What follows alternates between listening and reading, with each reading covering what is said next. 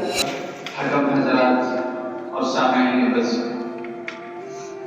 موضوع خطابت علامہ اقبال کا وہ شعر ہے جو کہنے کو بہت مختصر مگر معنی و مفہوم، گہرائی و گہرائی، بلاغت و فصاحت کے لحاظ سے ایسا وزندار زوردار ہے کہ معجز بیان کا نمونہ اور بلندی فکر کا نگینہ، عروج و زوال کا راز اور ہماری پستی کا کامل علاج شعر کچھ یوں ہے: غلامی میں ناکام آتی ہیں شمشیریں نہ تدبیریں، جو ہو ذوق یقین پیدا تو کٹ جاتی ہیں زنجیریں۔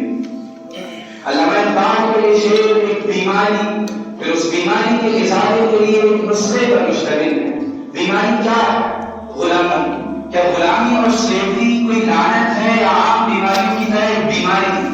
محض مادہ و معدہ کے طواف کرنے والے مغربی مفکرین کی مانے تو غلامی نام ہے جسم پر کسی غیر کے تسلط و اختیار کا، خود مختاری کو غصب کر لینے کے ویپار کا، مگر علامہ اقبال اس شعر میں جسم و بدن کی غلامی سے آگے بڑھ کر اس غلامی کی حالت خیزیاں بیان کر رہے ہیں جسے میلکوم ایکس نے ہاؤس سلیوری کا نام دیا تھا، یعنی غلامی کی وہ پستی اور وہ انتہا جہاں غلامی کے جراثیم اور وائرس نے عقل و شعور تک کو اپنے قبضے میں لے لیا ہو، ایسی غلامی جس سے فکر و نظر کی دنیا زیر و زبر ہو گئی ہو، ایسی غلامی جس کے بعد نہ اسباب کی ریلم پہ کام آتی ہے، نہ وسائل کی فراوانی، نہ اسلحے کارگر ہوتے ہیں، نہ آوارہ انصار کے جتھے شمشیر آبدار بیکار اور بہترین سے بہترین تدبیریں بھی ناکامی کا شکار ہو جاتی ہیں، اور فرد ہو کے معاشرہ، انڈیویجول ہو کے سوسائٹی، حالت یہی ہو جاتی ہے چلتے ہیں دبے پاؤں کوئی جات نہ جائے۔ غلامی کے اسیروں کی یہی خاص ادا ہے،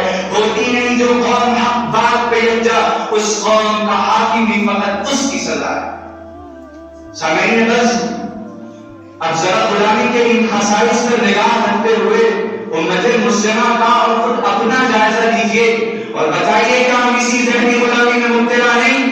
یہ امت جو خدا کا آخری پیغام اور اس کی ترجمان ہے، آج اس کی پوزیشن کیا ہے؟ یہ امت وسائل کی فراوانی کے باوجود کاسے گدائی کی در کی ٹھوکر کھا رہی ہے۔ اسرائیل ایک چھوٹا سا ملک جس کی حیثیت جبروں کے درمیان کمزور سی زبان کی ہے، مگر یہی زبان انہی کے درمیان رہ کر انہی کا استحصال کرتی ہے، اور یہ ہیں کہ ڈریسے میں غلامی کی بدترین تصویر بنے رہتے ہیں۔ ایسی غلامی، ایسے مرض کا علاج کیا ہے؟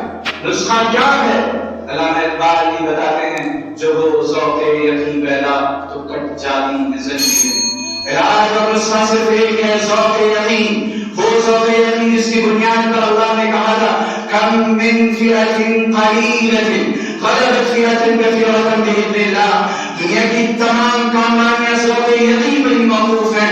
یہ ذوق یقین ہے جس نے کسی کو تصوف کا رومی تو کسی کو عمرانیات کا فارابی، کسی کو طب کا ابن سینا تو کسی کو ریاضی کا عمر خیام، کسی کو اندلس کا طارق بن زیاد تو کسی کو سندھ کا محمد بن قاسم، کسی کو میسور کا ٹیپو سلطان تو کسی کو ہند کا آزاد بنایا اور چمکایا۔ ذوق یقین کی اس سے بہتر کیا تعریف کی جائے جو خود علامہ اقبال نے کر دی ہے: گما آباد ہستی میں یقین مرد مسلمہ کا، گما آباد ہستی میں یقین مرد مسلمہ کا، بیاباں کی شب تاریخ میں ہندی ہے دربانی۔ وآخر دعوانا الحمدللہ رب العالمین۔